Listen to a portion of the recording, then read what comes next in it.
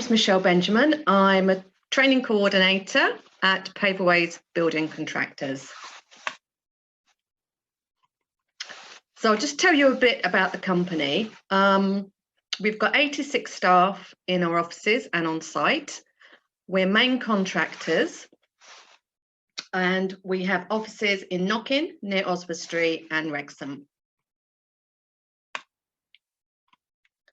So our aim is to aid to the economic, social, environmental well-being of the communities in which we work, and we're committed to implementing a strategy that will ensure a better quality of life for everyone now and in the future.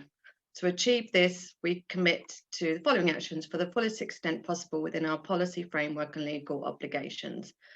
To consider what recruitment, training, equal opportunity and employment could benefit the local community. So when people hear our name, they often think about paving, and although we used to just be involved with groundworks and paving, we are now main builders, which means that we build anything from houses to factories, hospitals, and we also do a lot of refurbishments of buildings as well. So why work in construction? So construction, it's a vital industry, creating buildings and spaces that connect communities, providing jobs and improving society. So from stadiums to bus stations to high rises to hospitals, people in the construction industry build and shape the world around us. And unlike some other sectors, construction workers are frequently presented with opportunities to gain new skills and move into different roles. Here's some of the roles that there's a lot more than this, but things like the site operatives like carpenters, bricklayers, plasterers, electricians, plumbers, and then we've got site managers, health and safety managers, quantity surveyors, estimators, accounts, administrators, planners, architects, project managers, scaffolders, engineers, ground workers and plant operators. So there's a huge amount of roles that you can choose. We pay the living wage, so we pay above the minimum wage for our staff. We have an apprenticeship program, and at the moment we have 13 on-site and office-based apprentices and trainees. You can see in the photograph some of our apprentices. We start looking at applications for apprenticeships in the summer to start in September. And a lot or most of our apprentices attend Shrewsbury College, which is an excellent college and a good training provider. So as an apprentice, you will get a lot of training, both safety training, on-site safety training, and training obviously in whatever trade you're doing, as well as continuing training like for instance manual handling and that kind of training as well.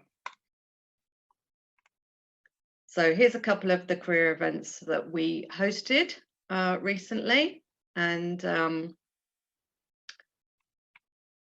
they went really well. So as a company, we're really open to people coming to join us for work experience.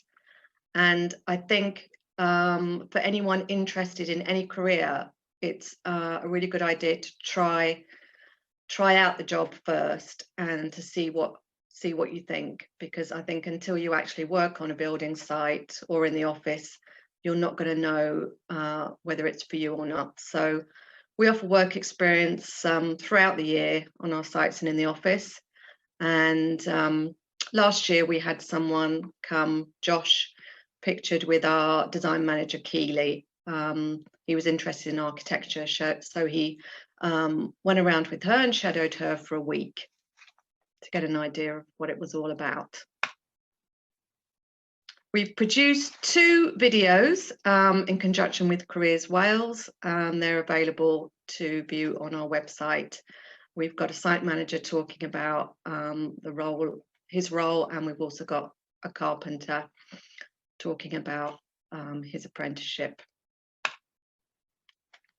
At Paveaways, we're very keen on the social side of things.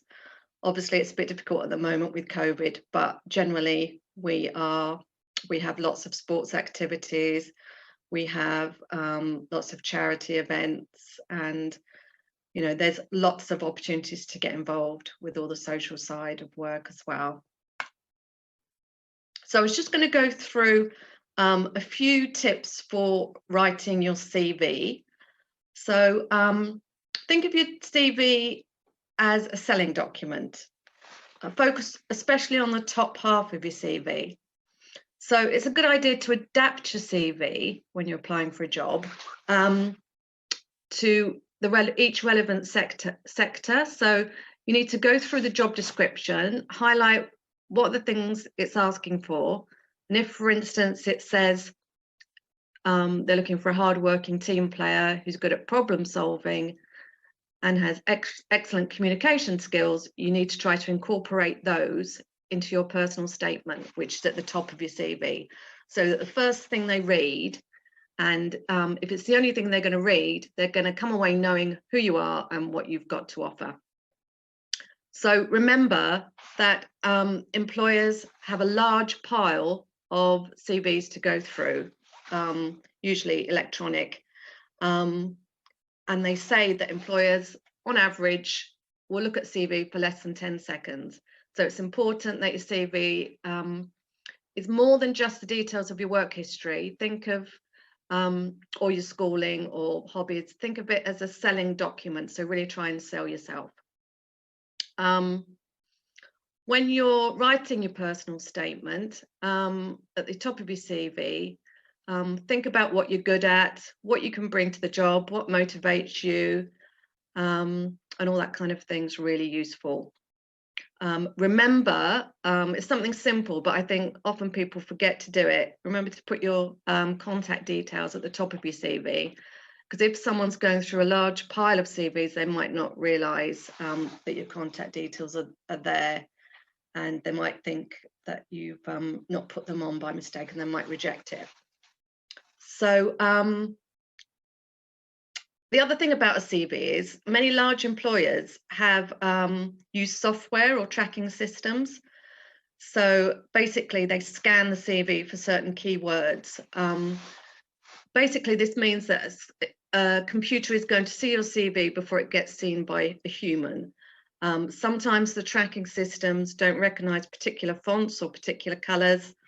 So it might be a good idea to take the color out, because sometimes just CVs could be rejected if they've got too much colour on. Just a few things to say about the interview. So before the interview, make sure you research the company. If you can, try and do some work experience. If you can't, then research the company, find out about the company you're going to apply to. You could even phone up the company and have a chat with someone and ask them some questions about the company. Look at their website, look at their social media feeds, and basically, if you do your research on the company, it will really impress the employer. Another important thing to do is ask for feedback after the interview. So if you get an email or a letter saying that you haven't been successful, try asking for feedback.